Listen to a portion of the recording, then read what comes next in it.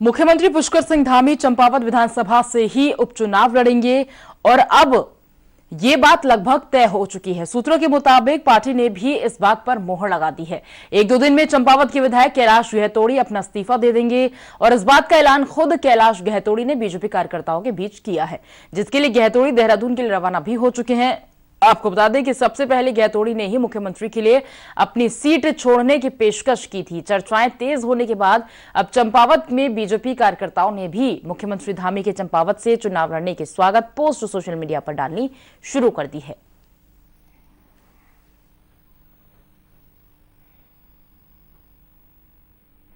श्रीनिवास पंत हमारे संवाददाता लगातार हमारे साथ जुड़े हुए हैं। श्रीनिवास, चंपावत एक ऐसी सीट होने वाली है जिस पर सीएम धामी उपचुनाव लड़ेंगे, यानी कि ये जो कयासबाजियां लगातार चल रही थी कि किस सीट पर लड़ सकते हैं। हालांकि हम बीते दिन चर्चा भी कर रहे थे कि चंपावत वो सीट हो सकती है जिस पर उपचुनाव सीएम धामी लड़ सकते हैं और ये हकीकत है।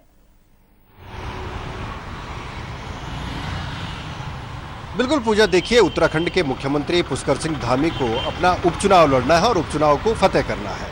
ये सबसे बड़ी चुनौती उनके सामने है और उससे भी बड़ी चुनौती है कि भारतीय जनता पार्टी हो या कांग्रेस हो, यानी उत्तराखंड के विधानसभा से किसी भी एक सदस्य से सीट खाली करा करके उपचुनाव कराना है। और ऐसे में जब अपने ही भारतीय जनता पार्टी के तमाम विधायक अपने ही मुख्यमंत्री के लिए सीट छोड़ने के लिए तैयार है, तो जाहिर सी बात है मुख्यमंत्री को भी बल मिलता है। उनको भी लगता है कि इतने उनके क्षेत्र के विधायक हैं जो चाहते हैं कि मुख्यमंत्री चुनाव लड़े, क्योंकि क्षेत्र की जनता के विकास के लिए जनता के प्रति समर्पण की भावना रखने के बाद ही वो चुनाव जीते हैं।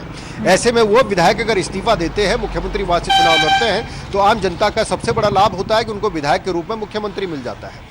जहां तक सवाल है सीट खाली कराने, तो ये तो तय है कि कुमाऊं मंडल से ही उत्तराखंड के मुख्यमंत्री विधानसभा का उपचुनाव लड़ेंगे। अब सवाल उठता है कि कुमाऊं मंडल में वो कौन सी सीट होगी जिस पर मुख्यमंत्री चुनाव लड़ना चाहेंगे। लेकिन भारतीय जनता पार्टी के संगठन के लिहाज से अगर हम बात करें तो चंपावत सबसे सुरक्षित सीट बीजेपी के हिसाब से मानी जा सकती है।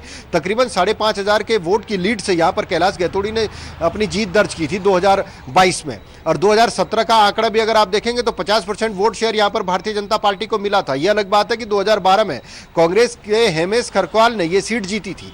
तो कुल मिलाकर के वर्तमान में दो बार के विधायकी देखेंगे तो कैलाश गहतोड़ी यहां पर एक सफल विधायक के रूप में सामने रहे और 5,500 के करीब की मार्जिन लेकर के उन्होंने 2022 में जीत दर्ज की है। तो ऐसे में यह जरूर कहा जा सकता है कि मुख्यमंत्री के लिए कुमाऊं क्षेत्र में एक सुरक्षित सीट भारतीय जनता पार्टी के लिहाज से चंपावत हो सकती है। और चंपावत में जिस प्रकार का प्रस्ताव विधायक ने पारित कराया है और अब कुछ दिनों में वो इस्तीफा देने की बात उनके सामने आ रही है, ये अलग बात है कि अभी औपचारिक रूप से मुख्यमंत्री या फिर भारतीय जनता पार्टी ने खुल करके इस बात को नहीं कहा है कि मुख्यमंत्री किस सीट से चुनाव लड़ेंगे।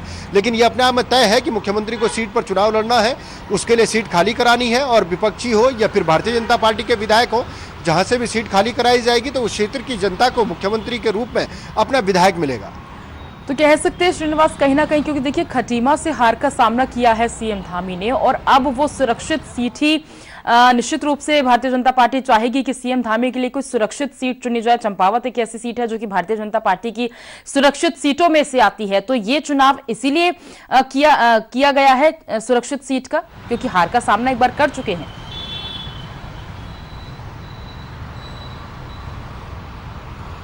पूजा, आपका सवाल दोबारा सुनना चाहूंगा।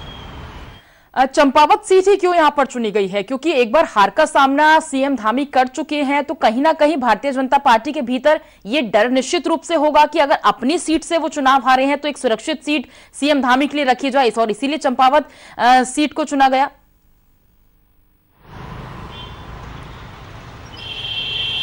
बिल्कुल पूजा, देखिए मुख्यमंत्री को उपचुनाव लड़ना है।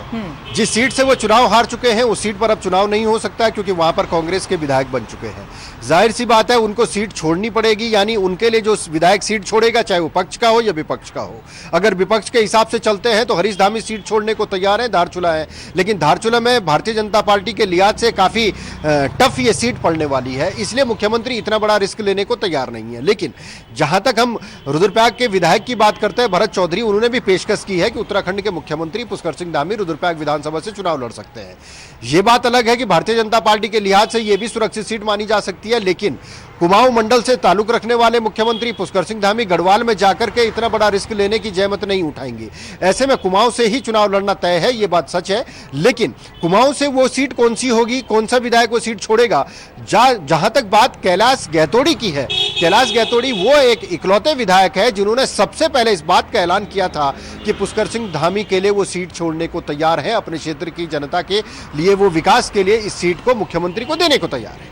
तो जाहिर सी बात है उनकी समर्पण की भावना, 5,500 का जो लीड उन्होंने लिया है उसको देखते हुए 2 बार के वो विधायक वहां पर रहे हैं, उस क्षेत्र में मुख्यमंत्री या विधायक ने जितने भी विकास के काम कराए हैं और क्षेत्र की जनता को भी लगेगा कि कैलाश गैतोड़ी ने 2 बार उनको विधानसभा में जनता ने भेजा है और अब उनको एक मुख्यमंत्री को यानी एक विधायक को भेजना है और वो विधायक जो मुख्यमंत्री भी हो तो जनता के लिए बड़ी सौगात के रूप में कम नहीं है।